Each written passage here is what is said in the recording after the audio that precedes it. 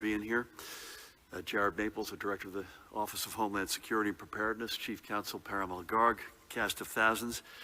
Health Commissioner, the woman who needs no introduction, Judy Persicelli, is still working remotely, but I know she's watching, so we send our very best. We had a good call with her a short while ago. So here's some really good news. I want to extend our very best wishes to our Chief Policy Advisor, Dr. Zakiya Smith Ellis, and her husband, Thomas, on the birth of their baby girl, Zoe Sadie Ellis, this morning, I think at about 1:45. So Zoe means life in the original Greek, and Sadie is not only a family name that is being passed on, but is also the name of the first African American to earn a PhD in economics and the first black woman to earn a law degree at the University of Pennsylvania, by the way, Zakiya's alma mater, and her name was Sadie Tanner Mossel Alexander. So everybody's healthy, they're doing fine. We send them our best wishes. Welcome to our New Jersey family, young Zoe Sadie Ellis. Next, as was announced yesterday, the Commissioner of the Department of Environmental Protection, Catherine McCabe, will be retiring next month. Suffice it to say, New Jersey would not be back among the vanguard of states in the areas of environmental protection, environmental justice, and fighting climate change without Catherine's extraordinary leadership. She still has a bunch of weeks left on the job, so we're not saying goodbye quite yet, and I look forward to our continued partnership until her final day on January 15th and beyond. Now, with a heavy heart, I must acknowledge the tragic passing of State Police recruit Lucas Homier. He was just 27 years old and a member of the 161st State Police Academy class. I know Pat will have much more to say about this tremendous young man and his family, who Pat has known for a long time, but our deepest condolences are with recruit Homier's family and friends and his academy classmates. I spoke with his mom, Denise, this morning. I reached out and left a message for his dad, Don. You can only imagine what that is like to lose this lad. So please keep this guy, Luke, in your prayers. And finally, before we get to today's details, I mentioned on Monday that we wanted to take a deeper dive into our pandemic modeling today, but I think we're going to wait until Judy is back with us to do that. So we hope you'll bear with us for a little while longer. But as the calendar tells us, we're now in December. On Friday, we will reach 9 months since our first confirmed in-state case of coronavirus. Our first meetings about this virus and its potential to impact our state were in the middle of last January. So this virus has been a part of life for those of us up here for almost, and many more I might add, for almost a full year. All of us feared for and prepared for the worst, and yet it is still safe to say that the worst has been worse than we had imagined. We have registered an unfathomable 346,206 cases, and this pandemic is not even close to being over yet, as we are reporting another 4,350 cases today. What's more, this virus continues to spread with a current statewide transmission rate of 1.08, and the positivity rate for all of Saturday's recorded PCR tests was 13.68%. I say PCR tests because that's where we've got the hard data. Our hope is at some point to be able to fold in antigen testing into these reports as well. Now, our rate of transmission of 1.08 is the lowest it's been since September 16th, but it still means that each new case is leading to more than one other new case. This virus is still spreading. Since the beginning of October, each of these metrics that I've just gone through has made it clear that the second wave would not be any easier than the first. But as we discussed on Monday, even more than these numbers, the numbers in our hospitals tell us how this virus is moving. In other words, there's no question about, well, what's your testing like today versus what it was like 8 or 9 months ago? What's the denominator? We know what the numerator is. That's not relevant when it comes to hospitalizations. Those are hard cases. They're either COVID-19 confirmed or they're persons under investigation awaiting the pending results of this test. That's because, again, there is a direct cause and effect relationship between the increasing number of cases and the increase in the number of patients in our hospitals. That much is not up for debate. it is simple math. When you compare, forget the denominator, when you look at the total number of cases that we see play out every day, you can almost tell where the hospitalizations are going to take us. And the numbers overnight tell us just that. Our hospitals, and by the way, we have 71 hospitals up and down our state. We're treating a total of 3,287 patients, including 599 of whom were in the intensive care unit, and 354 of whom required a ventilator.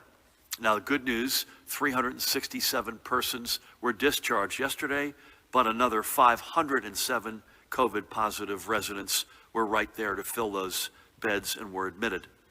Sadly, and again, this is apples to oranges, not yet confirmed, our hospitals reported 51 fatalities from COVID overnight. And again, these are not yet confirmed. As we discussed on Monday, the increasing numbers from our hospitals are the ones, again, as I said a minute ago, which we are watching most closely. It really comes down to this. The fewer people in the hospital, the less stress and strain on our doctors and nurses, on our EMTs and other medical professionals, and the lesser chance that one of them will contract this virus and have to take themselves off the field and leave their colleagues to pick up even more of the load. Let's also keep in mind that we're still weeks away from the first doses of a vaccine being ready for distribution to our healthcare workers, and months away, realistically, from a vaccine being readily available for public distribution. Again, the news is really good, but it's not a light switch that we can flip tomorrow. Everyone wants to know when this is going to be over. Believe me, we join you in that. And when they can put their masks in a drawer and feel freer to gather again with family and friends. And these numbers tell us the answer, at least for now, not anytime soon.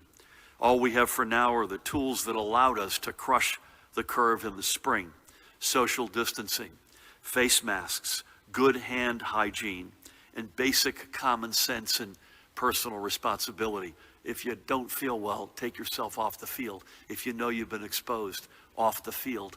Wait a few days, as Tina would want me to say, to make sure that the virus has had that time to incubate, and go get tested. We have that capacity.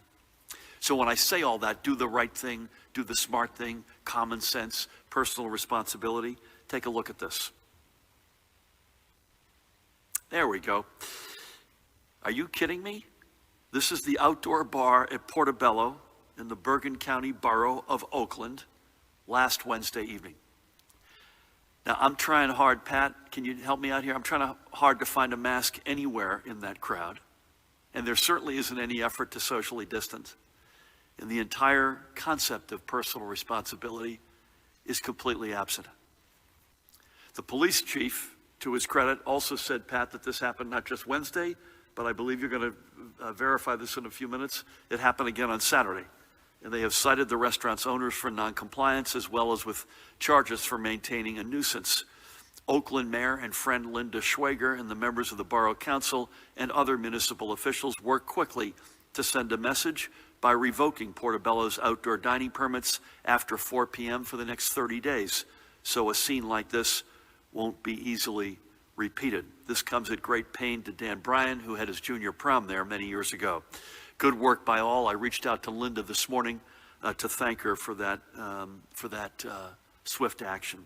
Across the state, let me say this, the overwhelming number of restaurant owners are playing by the rules and doing the right things. They're doing all that they can to keep their businesses open, while also doing the things they need to do to protect their employees and patrons from the virus. Outlier owners who think the rules apply to others but not to them, and who don't support the values of their communities, give the good and hardworking restaurateurs, again, of which there are thousands across our state, a black eye. I'll speak for Tammy, myself, our kids. We make a point to go out and visit restaurants as often as we can, to support them and also enjoy a taste of Jersey. We have, after all, among the best restaurants anywhere in America.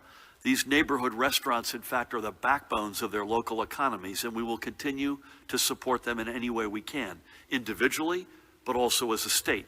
But we will not tolerate knucklehead behavior like this that puts people at risk. And by the way, This probably should go without saying. If you were at Portobello last week, either Wednesday or Saturday, you should go get a COVID test, Tina. You'd want me to say that as well. And if you recognize someone in the photo, please tell them to go out and get tested. The last thing we need is for someone here to have contracted this virus, which they in turn either could get sick or spread to their family or friends. It is for this reason that we are also now formally changing our advisory regarding travel. First and foremost, and this is the most important point, no one should be traveling out of state for anything beyond that which is essential for your daily life, commuting to work or seeking medical treatment, for example. And we understand that New Jerseyans may need to travel into neighboring states, such as New York and Pennsylvania, for shopping, worship, or similar daily or transient activities. But if you do travel outside our immediate region, or if you are coming into New Jersey from another state, we strongly encourage you to observe a 14-day self-quarantine period and at the right point, get tested. There are very few exceptions to this advisory, including frontline healthcare workers, members of law enforcement, and active duty military personnel traveling to New Jersey on orders or directives, for example. Otherwise, we're asking everyone to simply not travel unless it is for an essential purpose. We can never forget that behind every one of the numbers that we report each day is a human face, including those of the more than 17,000 New Jerseyans who have died because of this virus, either confirmed or probable. And today we are adding, with the heaviest of hearts, 56 more names to the rolls of those whose deaths are now confirmed to have been from COVID-19 complications. That confirmed total is now, as you can see, 15,309, and the number of probable deaths has been revised to 1,836. If you need a reason to fight through this pandemic fatigue, and you've got fatigue, so do we get it, but you got to keep fighting, or to keep masking up, or to continue maintaining social distances, or to not crowd around a bar, or in this season when we want nothing more than to be together, to feel good and politely declining an invitation to an upcoming indoor holiday party, let me give you, if I can, 3 reasons more. Reason number 1 is this blessed soul, Teresa Wright. Terry was a longtime resident of Newton in Sussex County and a beloved former kindergarten teacher who spent 30 years in the classroom. She was 93 years old when COVID-19 took her away from her family. Terry was both a scholar and a musician. She earned a full-ride scholarship to Douglas College at Rutgers University, and she was also a compassionate and kind soul. She and her late husband, Jack, raised 7 children, including a special son, Ted, who was born with Down syndrome and to whom Terry was a devoted caregiver. Only 3 of her children survive her today. Daughters Pegeen, who I had the great honor of speaking with on yesterday, I guess, and she's up in Belmont, Massachusetts. Her daughter Colleen and son Patrick, along with 7 grandchildren and 2 great-grandchildren. When I spoke to Pegeen, Pat, I said, it's hard to believe your dad's no longer here and 4 of your siblings are no longer here. And she said, we have lived the Irish tragedy. God bless Terry and watch over her soul and her family. Next up, we have Belleville's Cindy Dianella. Great smile. Cindy was just 58 years old when COVID-19 took her. A graduate of Bloomfield High, class of 1980, she earned degrees from Lyons Institute and Essex County College that helped her gain a job in the IT profession at a time when many women weren't yet there. And for the past 27 years, she was a help desk supervisor for ASCO Power Technologies in Florham Park. Away from her desk, Cindy volunteered as a volleyball coach for the 4th through 8th graders at St. John Canty's Church in Clifton. And she relished being with her family and friends and proudly wore the mantle as the fun aunt to her nieces and nephews. Cindy leaves behind her sisters, Judy, Karen, and Denise, and I had the great honor of speaking with Denise on Monday, and their families, including those beloved nieces and nephews to whom she was the fun aunt: Scott, Candy, Ginger, Brittany and Eddie, as well as 5 great-grandnieces and nephews. God bless her and watch over her. And reason number 3, folks, is Rosalie DeLemme. Rosalie called North Arlington home for the past 42 years. She passed away at age 81 1 week ago, the day before Thanksgiving, and her funeral was literally on Monday. Rosalie worked as a receptionist at Keene Handling in Moonachie before retiring in 2001 to focus on what really mattered, having fun with her family and friends. They remember her as the center of every party and family gathering, and I know her joyous spirit was especially missed last Thursday on Thanksgiving. She is survived. Rosalie is survived by her husband of 63 years. You can see him right there in the middle, Peter, and by her children, Tina, with whom I had the great honor of speaking, Peter Jr., Marianne, and Christopher, and by her 4 grandchildren, Nicholas, Anna Rose, Gianna, and Julia, and her future granddaughter, Daniela.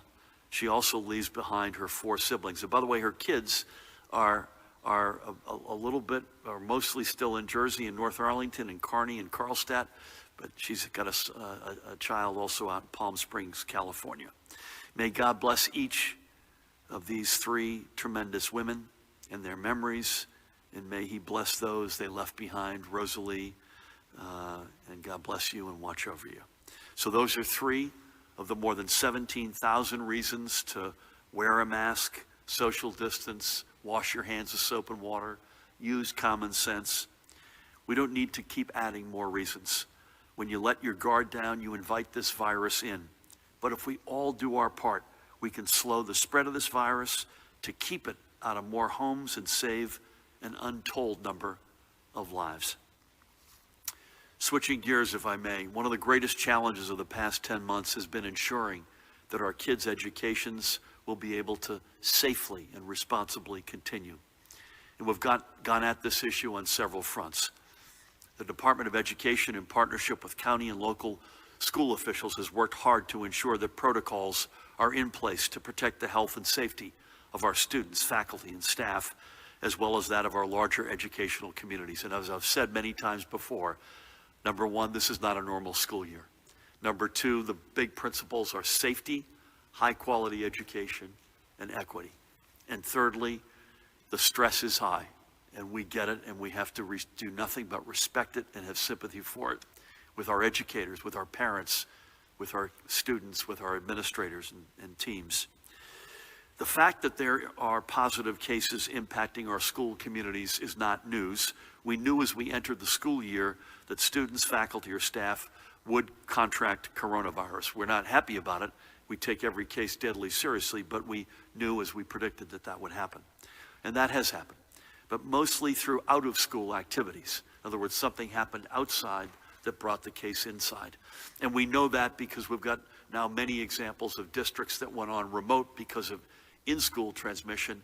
We're all remote. We're about to go back into school, and they had a handful of transmissions that by definition could not have been in the 4 walls inside of the school. Overall, we have confidence that the protocols that are in place to protect against in-school transmissions are working as designed and as intended. Again, not stress-free by any means, but working as intended. Our paramount concern has been to ensure these cases are identified quickly and that the avenues for in-school spread are closed, and this plan has so far proven itself successful as the number of in-school transmission cases continues to track far below anything we had anticipated. Again, we take each and every one of these cases deadly seriously, and yours truly and all of us would like to be batting 1,000, but it is well within our expectations. So over the past week, as we update every week, a total of 4 new in-school outbreaks were confirmed, with a total of 16 subsequent new cases of coronavirus infection related to those 4 outbreaks. Since the beginning of the school year, we've recorded 70 total outbreaks directly linked to in-school transmission and a total of 285 cumulative cases. Separately, the majority of our schools continue to remain open to in-person instruction in one form or another. 89 are currently fully open for in-person instruction, 438, as you can see, offering a hybrid of in-person and remote instruction that has some students in school buildings at some point in the day, and it's typically an A and a B, and in some cases, C cohort, with a particular focus on special ed kids. As the number of cases has increased statewide and some areas have become hotspots, we have seen an increase in the number of schools moving to all remote learning. That number is now at 246. Another 38 districts, and that's about where it's been, are operating with a mix of either all remote, in-person, or hybrid learning across their various buildings. And we ask districts to remain vigilant in reporting changes to their plans to their executive county superintendents. But as I've noted before, and most recently on Monday, we cannot view our schools as a monolith like New York City, and I think that's a blessing for us in New Jersey. And we continue to work closely with individual districts to ensure that the decisions made are those that work for them in their educational and broader communities. And again, hats off to everybody associated with education right now, because this is far from a normal school year. And relatedly, for those schools that remain either all remote or hybrid, the Department of Education has updated the statistics tracking our efforts to close the digital divide, and those numbers are available online at nj.gov/education.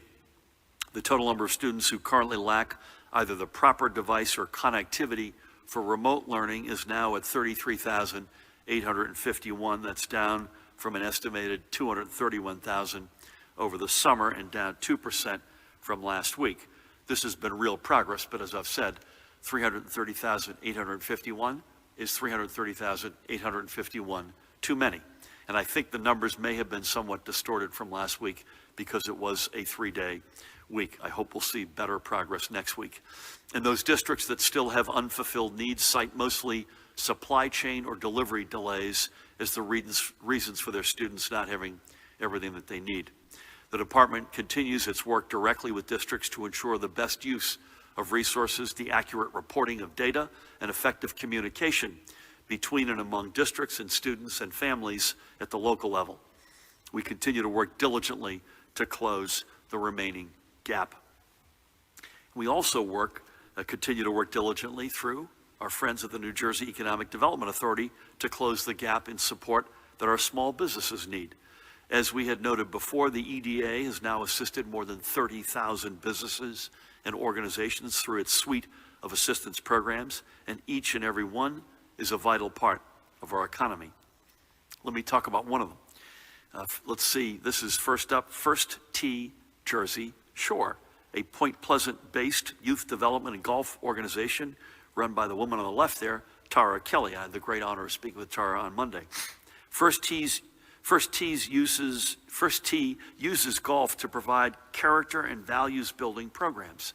And while they provide programs and opportunities for all kids at the Jersey Shore, Tara's real focus is on reaching children and families underrepresented in the sport of golf. Check them out, firstteejerseyshore.org, firstteejerseyshore.org. They've got 10 locations in Monmouth and Ocean counties. Now, through her partnership with the EDA, Tara secured a grant that allowed them to retain staff and provide programs for 600 kids over the past year.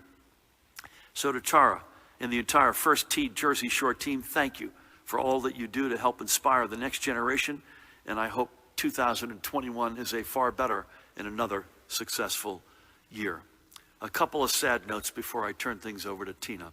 First up, this is Somerset County Sheriff's Officer Ahmed Mackey. Ahmed died a few days ago. His memorial will be tomorrow. We send condolences and prayers to his family, to Sheriff Darren Russo, a good friend of Pat's, and the whole team in Somerset County Sheriff's Department. God bless Ahmed.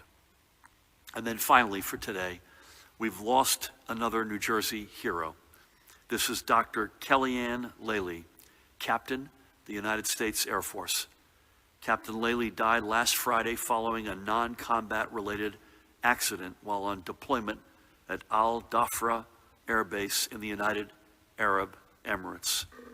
Captain Laley was a native of Sayreville, and her parents, Frank and Patricia Seaman, still live in the Parlin section where they raised their daughter and her siblings Brian, Danielle, and Janet. Kellyanne will be buried in California, where she was based out of and where she and her husband, Air Force Captain Jimmy Laley, lived. I spoke with Frank and Patricia, her parents, as well as Brian, and I believe her sisters were also there, as well as sister-in-law and her parents. You can only imagine how they are reacting to this. God bless them all. Her mom said she may have been in California or deployed in the United Arab Emirates, but she was a Jersey girl. So Captain Laley, Kellyanne, we thank you for your service to our nation. I will be honored to sign an executive order later to lower our flags up and down the state to half-staff tomorrow in her honor and memory. God bless you. That is all for today. Please allow me to hand the briefing over again to a very familiar face, the woman to my right, Dr. Christina Tan. Thank you, Governor.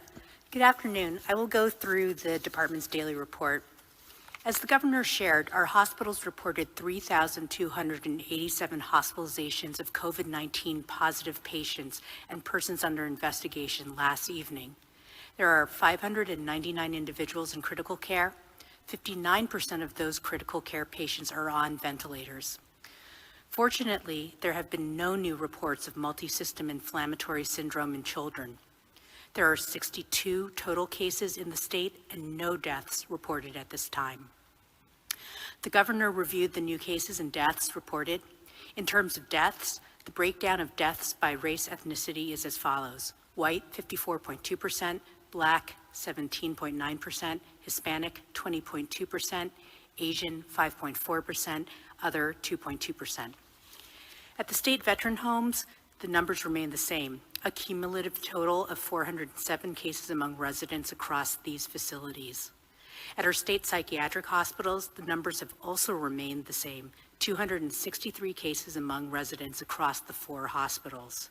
Regarding the daily percent positivity as of November 28th, statewide, our daily percent positivity for November 28th is 13.7%. In the North region, it's 15.3%, Central region 12.8%, and the South region 12.3%. So that concludes this daily report. Stay safe, please continue to mask up, social distance, stay home when you're sick, and download the COVID Alert New Jersey app. Well done, Tina. Thank you for that and for everything. Good to have you here immediately to the right here, although we missed Judy. Thank you very much for that. Pat, it's a tough few days for the state police family, obviously, for Blessed Luke's loss of life and his family, and would love to get your thoughts on that young special fellow, and also anything else you got on compliance or other less weighty matters. Bless you and bless all the team. Thank you, Governor. With regard to compliance, the governor did highlight the 2 that have been reported to the Rock. Both of them were Portobello's restaurant. They were cited both on last Wednesday and Saturday for both maintaining a nuisance as well as executive order violations. As you can see in the photo, no facial coverings, no social distancing, and well over the capacity. With regard to Luke, certainly our condolences go out to his family, Dad Don, Mom Denise. Don's a retired trooper who I've known for a long time. His uncle, Luke's uncle, was also a retired trooper, so he grew up in a state police family. One of the hardest things I've ever had to go through personally as a trooper, and just as a dad too. And I know those instructors treat those, although it's tough training, treat each and every one of those recruits like their own kids. As you can imagine, in an incident like this, there is a thorough review being done of the incident. With regards to Luke, just had a life of service, even though it was short. He was an Eagle Scout, giving back to his community. He's one of the few attendees of our Trooper Youth Week. When he was 17 years old, he went to the State Police Academy for Trooper Youth Week, and then ultimately went into the 161st class, which is a pretty rare accomplishment. So I just ask, one, that you give the family some space, as we are as well, that you pray for his family, that you pray for his class who is still in there, and their families who have, their loved ones still going through our training, and ask a special prayer for the instructors as well. I have no doubt that Luke Holmeyer would have made a phenomenal Jersey Trooper. Thank you, Governor. Thank you, Pat.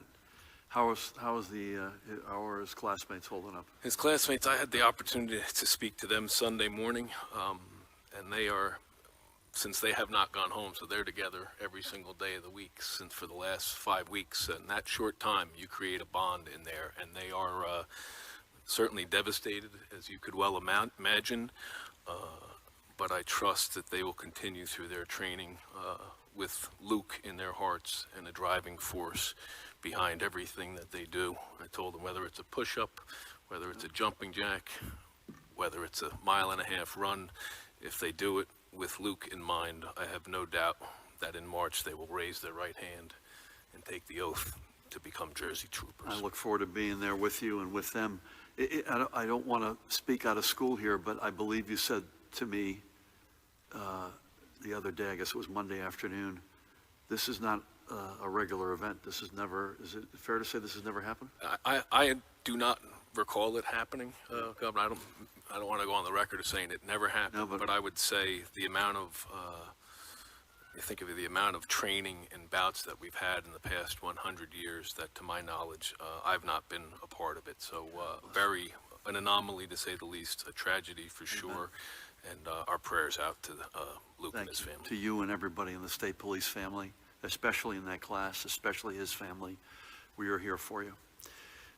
We were together Monday afternoon, which gets to a less weighty but important observation. We'll start over here, Aswan, is that we had, I thought, another good call on vaccines on Monday afternoon with the current administration's team, led by the Vice President.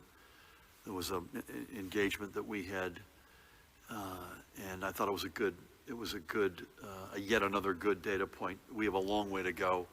There's enormous complexity. The fact that a lot of Tina's colleagues on the 8th floor are working remotely and others is another complicating factor. So the news is really good. It's real and it's good. There's still a lot of execution before us. You take a 4-star Army General, Gus Perna, New Jersey zone, and you put him in charge of the distribution aspects of this. I don't know about you, but I look up at that screen, I feel like John Wayne is up there and feel like, we're going to figure this out. But it is not absent an enormous amount of complexities. Everything from standing up mass sites to the priorities that are obviously that we've talked a lot about, who gets what when. But this is upon us. Pfizer's batch will come in first, assuming that they get the emergency use authorization from the FDA and the independent panels that assess this. Moderna will likely come literally a week later. Those are the first two up to bat. And our plan, as we've said many times, is to begin where you'd want us to begin, with healthcare workers, essential frontline workers, vulnerable populations, and expand out from there. I've said this on a number of occasions. What is a realistic time frame to think that we've got access to everybody in the state who wants it, and we want everyone to want it? If the government in Washington and all the independent health folks, the private sector players, and we all say it's safe and efficacious, we need everybody to jump in there and get it. I'm sticking with April/May. So you combine Tina, I'm practicing without a license here, but the epidemiological curve of this wave with the availability of a vaccine, including in waves, and then hopefully coming out with better weather, and we can do more of our life back outside as we have been able to do from May through October. We're in a different place, a far different and far better place. Probably not normal, but a new normal that we can much more easily live with and get our arms around. We will continue to be on this rhythm. I've lost Dan Bryan. I assume he's here somewhere. There's Dan. Monday, Wednesday, Friday, unless you hear otherwise. And I right now have no reason to believe Friday will be anything other than 1 o'clock here, and we'll communicate electronically and otherwise between now and then as we need to. Dustin, good afternoon. Good afternoon. Dustin's back there, yeah. We love Matt, but we're going to start with Dustin. You guys should exchange Christmas cards so you know how to fight. Yeah, sorry, Matt.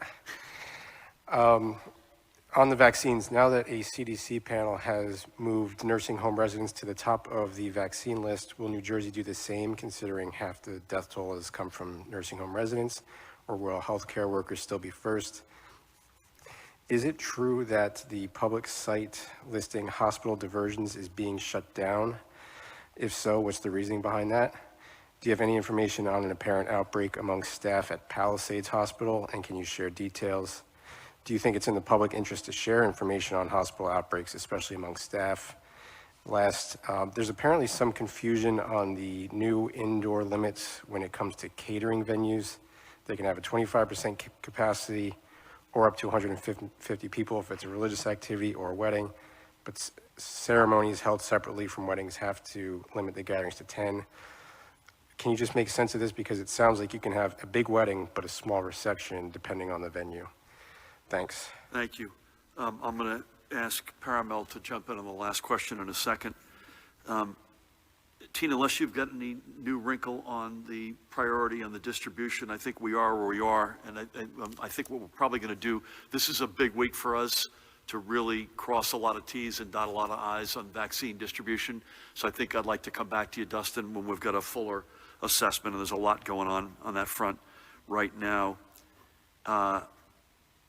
I'm not aware of anything that we're trying to not disclose on hospital diversions, unless you are, Tina. I'm not aware. So can we follow up with you on that? Because we've been more than pretty upfront about that over the past 9 months, so I have no reason to think we should otherwise. I've got no insight on Palisades, but Dan, will you help me follow up on that, as we did the other day on Ocean Medical Center? Do I think we should share information on hospital outbreaks? Yes, I think people should know that. I don't know why we wouldn't want to do that. We do it with schools, and so there's no impetus, at least on my part. I'm not aware of anyone's part that would suggest otherwise. Paramel, indoor catering, ceremony versus reception. Any color you got on any of the above? So the exception that allows wedding ceremonies to be at 25% capacity up to 150 people, that only applies to the ceremony. If the reception was separate from the ceremony, then it would fall under the general indoor gatherings limit of 10 people. Thank you. You good? Okay, you guys, we'll follow up on the list. Now we'll come down to Matt, who's been on deck here. Matt? Good afternoon. Is Ocean Medical Center participating in contact tracing for the outbreak that sickened at least 100 employees? And is the state involved with this investigation given the size? Has the Department of Health given any guidance to hospitals about how often its employees should be tested? If not, does the department have any thoughts on this? I'm sorry if I missed this, but how many of the total hospitalizations are confirmed COVID versus PUIs? Does the updated CDC guidelines on the length of quarantine mean you'll adjust and effectively lower the indoor sports ban for up to 4 weeks, given the updated guidance is 7 to 10 days, depending on testing? And lastly, just following up with Dustin's question, and I understand what Chief Counsel is saying, but we've heard from a number of folks that say it affects many businesses because they're left out of, they have this large space, but they're left out of these abilities to hold these events, even though they're essentially the same exact thing. So is there any intention or would you look at revising this rule? Okay. From the top, actually, I just was back and forth with Bob Garrett, because Ocean Medical Center is a Hackensack Meridian member, and I won't go through all of the details, but I don't want to quote him necessarily, but to say that he's happy. He said he's happy to say that our out-of-work team members are down by 20%, and they continue to remain vigilant and use the resources of their network to transfer patients when necessary and move staff when necessary. But I think you asked about contact tracing. The answer is yes. I don't have any color on the specifics of it unless you do, Tina, but the answer is yes. There's no reason why.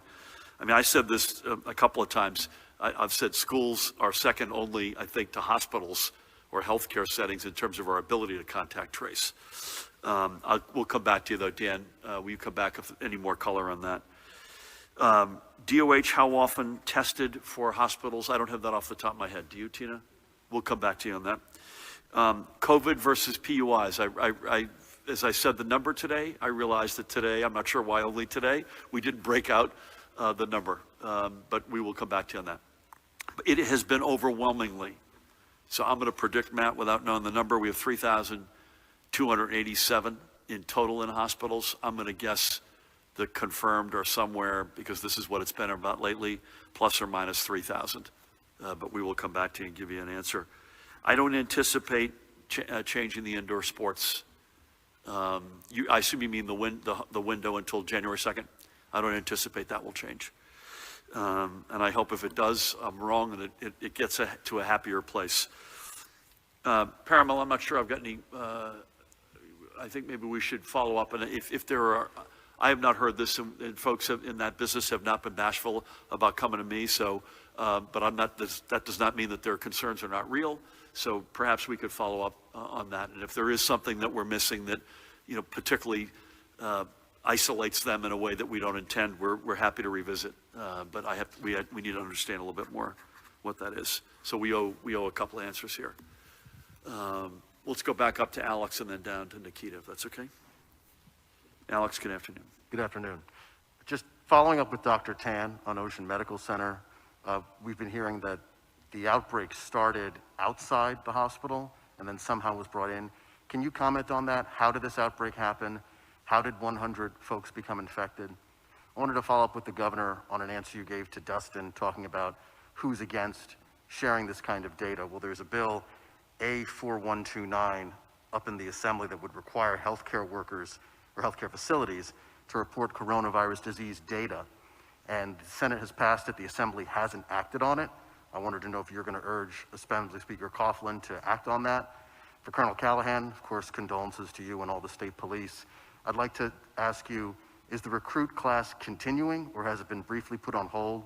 Will you be classifying this as an in the line of duty death?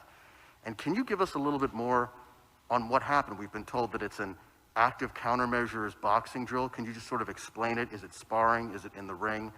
And what did happen? And lastly, just to go back to the governor, your changes to the quarantine or lack thereof list, I'd just like a clear definition of transient travel. Is it any travel that is just less than a day between any state, or is it only those 4 states that have been mentioned before, Pennsylvania, New York, and Connecticut, and New Jersey?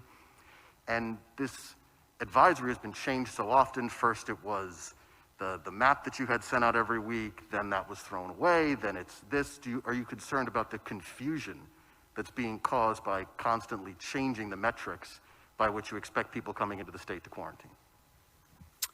Ocean Medical Center, I've heard the same thing. We're trying to get to the bottom of this. I don't know if you have any more to add on that, but we'll come back to you on that. No comment on any bill that is being baked in the legislation other than we're big on the transparency side. So if this bill supports the notion of transparency and full reporting as a conceptual matter without speaking specifically about the bill, I will, as a conceptual matter, I like leaning on the side of transparency. Pat, I can anticipate you're not going to want to get into what happened, but I believe that, but you may want to comment about the recruiting class continuing, which obviously with very heavy hearts it will do, right? That's correct. Yes, I won't comment on the review and investigation itself, Alex, but the class is still moving forward 7 days a week. I believe there's 172 recruits in there. And as far as their question with regard to line of duty death, unlike other academies, we do not swear our recruits in at the front end, so they're not technically enlisted or sworn in. It's uncharted water for me personally and professionally, and we will look into how this will be categorized given the nature of Luke's passing. God bless him. Don't be mad at me. I'm going to argue a little bit with the premise of your last question that there's confusion. There's no confusion. We've been saying for 6 or 8 weeks, don't travel, period. When we started doing this quarantine with New York and Connecticut, we had beaten the back of the curve down, and other states were just experiencing the front end of the first wave. And so it was and remains our sole objective to protect public health, either from folks who are Jerseyans who have traveled out or visitors who are coming in. That's been the spirit of this from day one, and that continues to be. When the list of states gets up to 46, as you know, the denominator is 50, and you take us out, so therefore the denominator is 49. That leaves 3. It's kind of, so we've been saying, I think, since September at this point, just don't travel. In terms of the transient and essential business carve-outs of this, in particular the transient, which I think was your specific question, it's overwhelmingly to our neighbors. But if there's a legitimate reason to go to, I'm going to pick Connecticut, and you need to do that to and fro within a given day, clearly that's okay. But the overwhelming amount of travel that's transient is to New York or Pennsylvania. It's across the Hudson or the Delaware. I don't know what the number is, but my guess is that's 95+% of the transient same-day travel. And there'll be a modest amount to Delaware, which we obviously border, and then a modest amount, I would think, to other states. But the spirit of this is you're going for a reason that's real, and you're in and out the same day, overwhelmingly to our neighbors. Thank you. Nikita. Hi, Governor. So these are going to be off topic for the most part. Shocked. I'm glad. First off, so I asked you this back in February, but in 2 or 3 months, party organizations are going to start backing candidates. Are you going to seek organizational lines for your reelection bid? Secondly, I know that Commissioner McCabe is leaving the administration. Are you going to have conversations with your cabinet members saying essentially, listen, you can get out now or stay with us for the next 4 or 5 years, however long left you? Kind of a Hotel California kind of question. And then I remember back during the primaries, I asked whether you would support your reelection campaign stop unionizing. I want to know if you've had any additional thoughts on that. Reelection campaign? Unionizing. Yep. And then I don't know if you've seen what Congressman Pascrell has been saying the past few days, but he called for Rudy Giuliani and I think a couple of dozen other Trump attorneys to be disbarred, and then some Republicans in the House said that he should be censured over that, and then he put out a press release mocking them. So I'm just wondering if you think any part of that saga was inappropriate from either side. Is that it? These are certainly off topic, as you promised. On organizational lines, no, the only thing I've declared is that I'm running again. I'm enthusiastically doing so. I'm incredibly honored and humbled to hold this position, and I'm going to seek re-election beyond that. No other details. Catherine McCabe is a star, and we're going to miss her. She has a very particular family-driven reason, but she is a superstar. And I can't speak for the entire cabinet or team, but we've kept, I think compared to almost any other administration that I know of, almost 3 years in, we've overwhelmingly kept the team in place, and I'm incredibly proud of that. Not opposed to unionizing. Our team right now is extremely small, and it is exclusively on things like fundraising and compliance. But I'm a big union guy. I believe as unions go, so goes the middle class in our state and our country. I spoke to Congressman Pascrell yesterday, who I love. Listen, you got bills saying someone should be disbarred. I literally mean that over here you've got people saying that others should pay with their lives. I heard the president's attorney, I believe, say that this guy Krebs, who did nothing other than to say it was a full and fair election. And I heard Bannon a couple of weeks ago talking about Chris Wray, and they're talking about people's lives, literally life and death stuff. Bill's talking about whether or not they continue to deserve their professional credentials. I'm all in with, as I usually am on this one, with Congressman Pascrell. Give us 1 sec. Thank you for those. Hello, Governor. I just have one for Dr. Tan. Given that the holiday was almost a week ago, does the Department of Health see any particular indications in the testing or other data or in conversations of any increased spread as a result of Thanksgiving? Tina, you should jump in, but I think it's too early, right?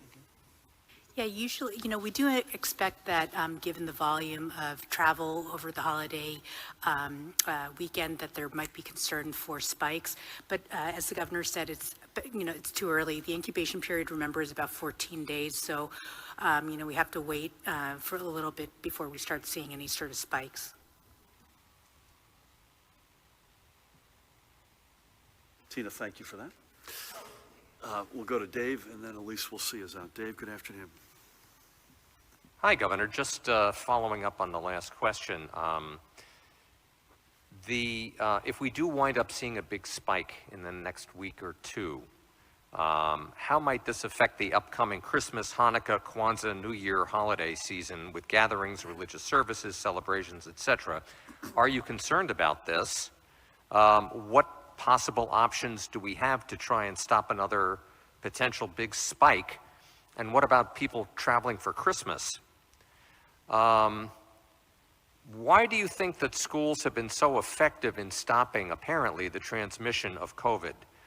What are they doing well? Is contact tracing working more effectively in schools than in other situations? Can the schools, do you think, Governor, serve as a model for perhaps other situations in the state? Or is it possible that the lack of cases in schools may be because there's a lot of asymptomatic cases with kids that just don't even know that they're carrying this virus? And final question, we are seeing a lot of bad behavior in some retail outlet situations where they don't seem to be worrying about capacity limits, or they're not counting people going in and out of the stores. I know Trader Joe's, I don't mean to single anybody out, but they're one of the great ones. They keep a very sharp eye on this. They let you in, they let you out. They're very good about it. Is the limit still 50% of capacity in these essential businesses? And with more people out and about for shopping now, it seems like it's almost reached a hysterical state on the weekends. Is there concern about the lax policies that some of these stores seem to have? Thank you. Thank you, Dave. I mean, on the first one, yes, and all options are on the table. In other words, if we see a big spike coming out of Thanksgiving, which I suspect, Tina, we would probably begin to see sometime over the next 5 to 7 days, I would think, just doing the math. That will be of significant concern, and we're going to have to revisit where we are. And we're hoping that's not the case, but we're already at big numbers right now. There's just no denying that. And Christmas travel, I mean, we're asking folks, this stinks, right? You're asking, this is Grinch times 5. Don't travel. You got to stay 6 weeks away from Santa. Santa's got to wear a face covering. You've got to wear a face covering. When you have your dinner at home, make sure it's single digits. All of that stinks, but unfortunately, that's the reality we're in. And I believe completely this is not the reality we're in next year. I really believe that. But we've got no option right now. And again, it's not fun for anybody. It isn't fun for us. It isn't fun for anybody hearing it. I think schools have done an extraordinary job, and all of the parties who are associated with it deserve credit. I've mentioned this, I haven't said it in a while. I've been inside and toured a handful, both public and private. In fact, 2 public and 1 Catholic. And in every case, it was exactly as you'd want it. One-way stairs, one-way halls, no use of lockers, plexiglass, temperature check, hand sanitizers at the doors, staggered meal periods. Just really, so I think the setup, the sort of the base, what's inside the 4 walls, other than I think a healthcare setting like a hospital, it's as good as we've got.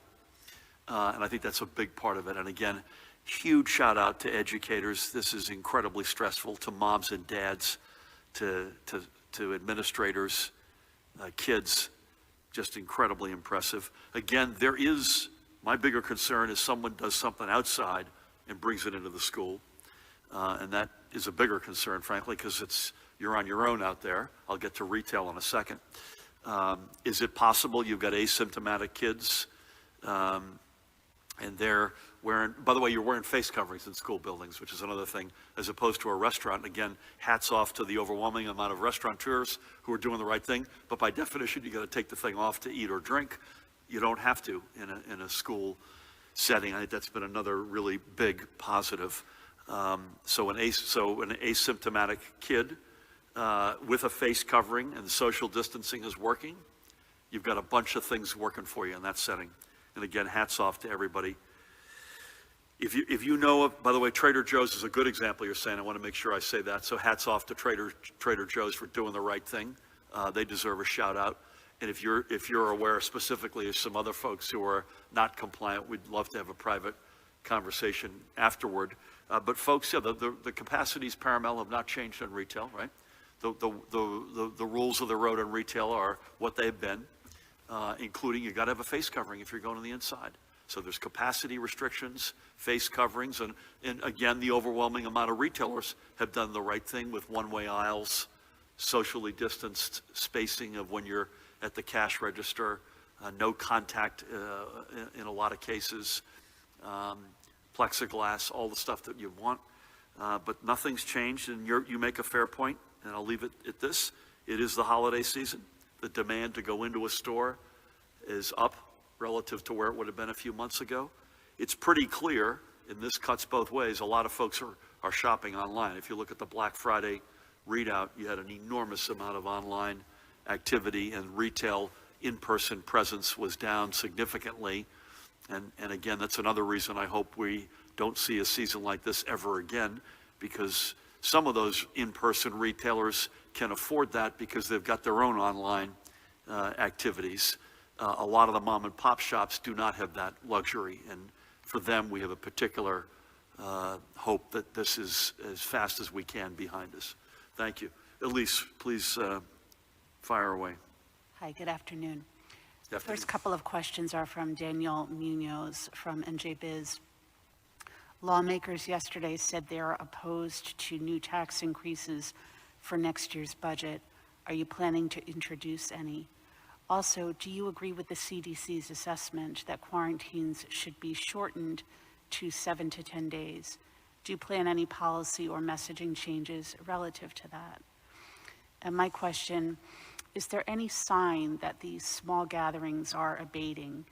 And even if you were inclined to enforce the gathering limits in private homes, does New Jersey or does any state for that matter have the personnel on hand to put themselves at risk, to hand out summonses and to adjudicate cases? Do you feel in a sense helpless to enforce common sense behavior? Thank you. The beginning of that third question was, are small gatherings abating, did you say? Yes. Do you have any evidence of that? Yeah. I'm not speaking specifically to the discussion in the legislature about tax increases specific to the budget, but I want to reiterate, I don't wake up every morning with an impulse to either borrow money or to raise taxes. So our default is to find smart ways to get through this crisis. And I want to continue to do that, and I want to make sure people still believe this is an extraordinary state. This is the #1 state in America to raise a family, the #1 healthcare system, #1 education system. Our location is second to none. Our talent is second to none. I want to make sure that people feel like they get good value for living in this state, that what they pay in to get all of what I've just said and the quality of life and everything else is a fair balance and a fair deal for every family in this state. I certainly am not qualified to comment on the CDC's consideration of reducing the quarantine period, but Tina, any comments you've got on that? Our Communicable Disease Service is in the process of reviewing these updated guidance. It was just posted. There's a lot of information to digest right now. I would just say, having as a layperson reading what they've put out, it seemed reasonable. Probably gives us, if we end up going that route, it gives us a few more degrees of freedom in terms of our own maneuvering and what we're asking people to do. But I think we'll wait till Ed Lifshitz and his team come back and give us the final word. I don't feel helpless by any means. The evidence is anecdotal.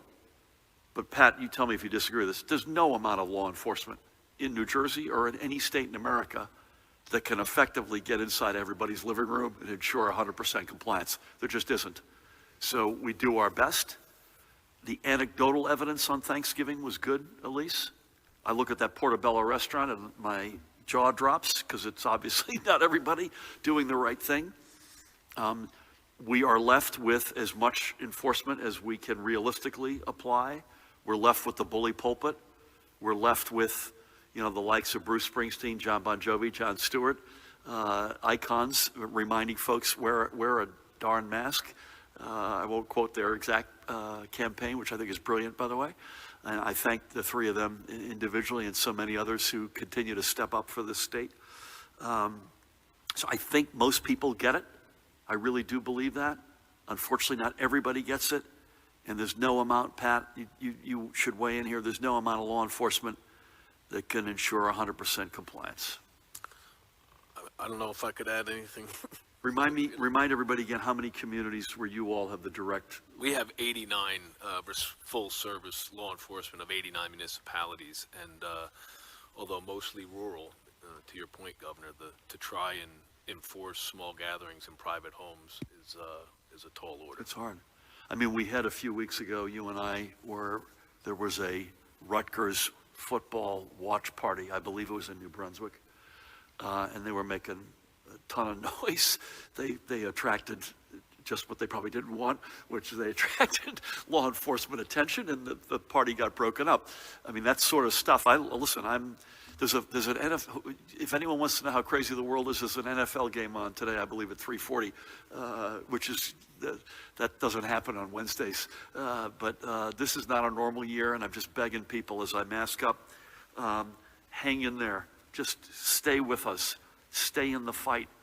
This is only literally a matter of a handful of months right now. When we're talking about a safe vaccine that has a 90-something% hit rate, Tina, that not one but two of them beginning to have availability this month, and then that rolls out in waves over the next number of months. When we talk about light at the end of the tunnel, this is real. And so what we need right now is we need a bridge from today until that better day, which is not that far forward. I applaud, by the way, I wanted to say this earlier, so I want to ask forgiveness from my colleagues here. I applaud everybody in Washington who are doing everything they can to try to get a federal stimulus deal done, which we so desperately need. So I applaud everybody on both sides of the aisle, including folks in our delegation who are doing everything they can to get something done. But this is not a $900-and-something million moment or billion-dollar moment. This is a $3+ trillion moment. That's what we need, and we need it now. If you're unemployed, you need it right now. You needed it 3 months ago. If you're a restaurant, you need it right now. A small business. If you're a state government or a county government or a local government and you're trying to keep firefighters, law enforcement, educators, healthcare workers, EMS folks employed at the point of attack to deliver the services that our residents so desperately need in this dire hour of need, we need it now. And it has to be big. I've said this many times. And again, I applaud everybody trying to do the right thing here. But this is a much bigger moment. We need to meet this moment with an equal action. And I have said this so many times, history will not be unkind to us if we overshoot. It will be devastating, and it will be paid for in human suffering if we undershoot. Thanks, everybody. God bless.